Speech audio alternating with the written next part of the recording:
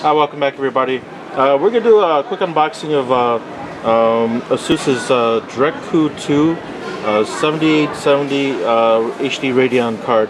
And this one features 2 gigs of GDDR5, and it does support, well, once you get it to the right motherboard and processor, PCI Express 3.0, which really doesn't really make a big difference. What's the difference between this one and the regular 7870? Well, this is the gigahertz edition, even though they're not advertising and such. The core clock is 1000 megahertz, featuring 1280 stream processors over a 256 memory bit bandwidth. Let's see, supports DirectX 11 and OpenGL 4.2, and this one supports Infinity also.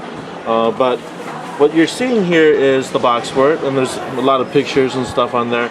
They're touting their Digi VRM and Super Alloy Power, meaning it's just the the components will last longer. Digi VRM is a more precise power delivery to the various components. You see that it actually supports 4 monitors, I believe, and you have they're showing DisplayPort, HDMI, and 2 DVI. And so this is a big card. It's not a little card, retailing for roughly $279.99.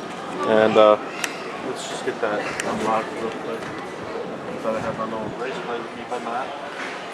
Oh, there you go. That's done. Right here. So let's get the side open.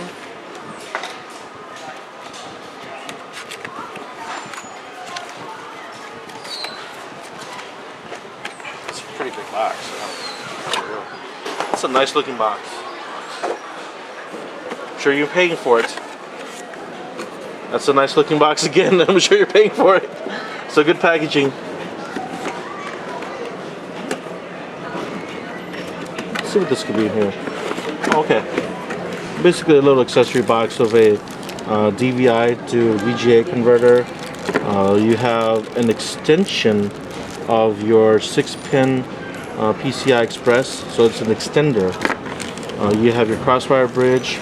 You have your graphics card manual and driver and GPU tweak, which is the software they use for overclocking.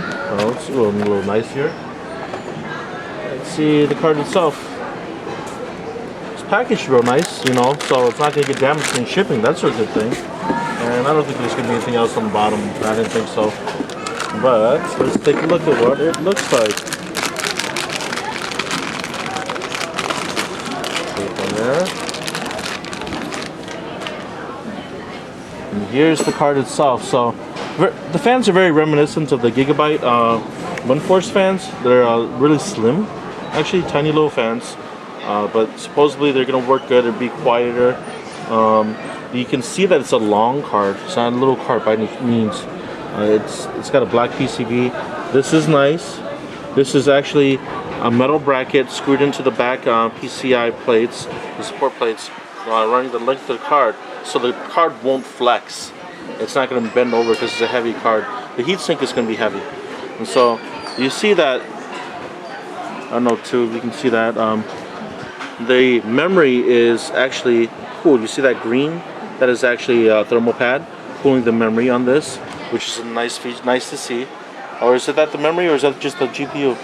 That's just the GPU, but it looks like it's a thermal pad for memory.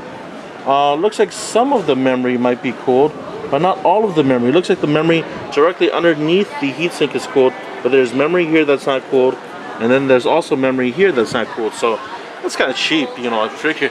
I mean, I guess that they figured the heat must be very hot right here. They better cool the memory there. I guess that's their thinking about it, which is right. But if you already gone to that length, you might as well cool the other memory too.